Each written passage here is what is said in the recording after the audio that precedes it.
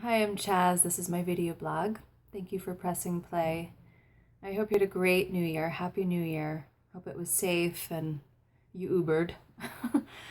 So, as we move into this new year, I'm met with what we all are met with, which is this pressure, really, to reimagine and re envision our life and what we're really wanting to get out of our life and out of our world. And so with that comes intention setting. I'm leading a retreat in 2 weeks. Hint, hint. We have a couple spaces left. It's a great, amazing day, really designed to have you transform yourself and set intentions, not just for the year, but for your life. It's happening in Topanga, yogawithchaz.com, if you want more info. So, we're here to set intentions for a new year, but then, what do we do? How do we do that? And I think a lot of our designing of our intentions has to do with how we perceive our life and kind of the measurement of our happiness and our optimism. So I am taking on practicing optimism.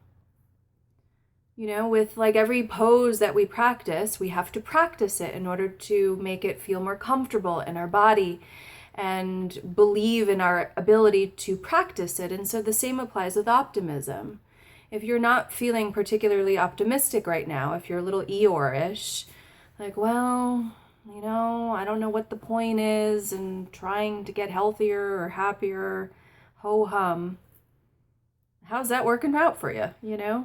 So optimism ought to be a practice. We need to practice seeing the world in a more beautiful, hopeful way.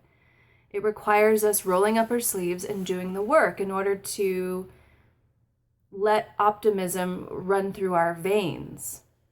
There's a great little poem by Mary Oliver I'd like to read to you that speaks to this. She's just so wonderful. This is Starlings in Winter. Chunky and noisy, but with stars in their black feathers, they spring from the telephone wire, and instantly they are acrobats in the freezing wind. And now, in the theater of air, they swing over buildings, dipping and rising.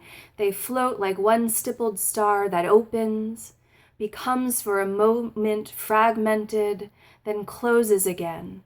And you watch and you try, but you simply can't imagine how they do it. With no articulated instruction, no pause, only the silent confirmation that they are this notable thing.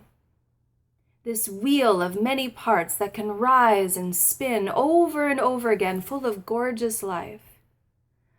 Ah, world, what lessons you prepare for us.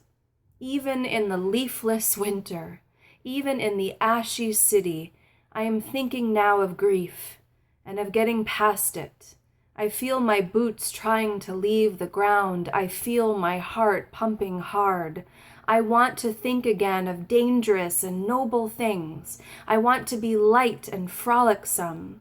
I want to be improbable, beautiful, and afraid of nothing, as though I had wings. How can you commit to being light and frolicsome now, even if you're not feeling particularly optimistic about anything? Can you turn it on its head? In Sanskrit, it's called pratipaksha bhavanam, taking a perceived negative experience and flipping it around into its positive. If you're feeling like life is sucking ass right now, create the mantra, life is wonderful. And deep down, you may not believe it, but if you repeat it and you practice optimism over and over again, eventually you'll bloom into this experience that life is truly wonderful. And oh, the lessons it provides us. Happy New Year. Hope to see you on the retreats. Peace out.